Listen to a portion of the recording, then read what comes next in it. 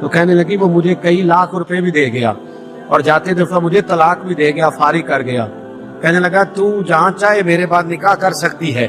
اور کہنے لگا میں چاہتا تھا پہلی بیوی کو بتا دوں, موقع نہیں بنا اور اس کا دل نہ ٹوٹے, بتا نہیں پایا. لہذا وہ مجھے ڈھیر سارے پیسے دے چکا ہے, سارا میرا حصہ مجھے پہلے سے دے چکا ہے. میری بہن اب یہ 4 بوریوں میں سے 2 میری نہیں بلکہ 4 کی 4 ہی تیری ہے, تو ہی اس کی حقدار ہے. تو بزرگ کہتے ہیں مجھے بتاؤ جن کے اندر اس قسم کے تقوی کی جھلک ہو ان کے لیے ہر نماز کے بعد دعا مانگنی چاہیے کہ نہیں مانگنی چاہیے؟ حضرت عمر کے زمانے میں نا ایک نوجوان تھا, نیک تھا, مسجد جایا کرتا تھا رات کو. تو مسجد جا رہا تھا تو رستے میں ایک عورت نے دعوت گناہ دی, ابن عساکر نے اس کو لکھا ہے. تو نوجوان تھا, خواہشات تھی, کچھ طبیعت مائل ہو گئی. ابھی ادھر جا ہی رہا تھا کہ کسی نے آیت پڑھ دی, والی من خاف مقام ربی جنتان, جو رب کے سامنے کھڑے ہونے سے ڈرے گا اللہ 2 جنتیں دے گا. واقعی ڈر گیا, وہ واقعی ڈر گیا, اتنا ڈرا کہ بے ہوش ہو کے گر پڑا. بیماری سے لوگ بے ہوش ہوتے ہیں, پیسے ڈوب گئے بے ہوش ہوتے ہیں, بچے کے غم میں بے ہوش ہوتے ہیں.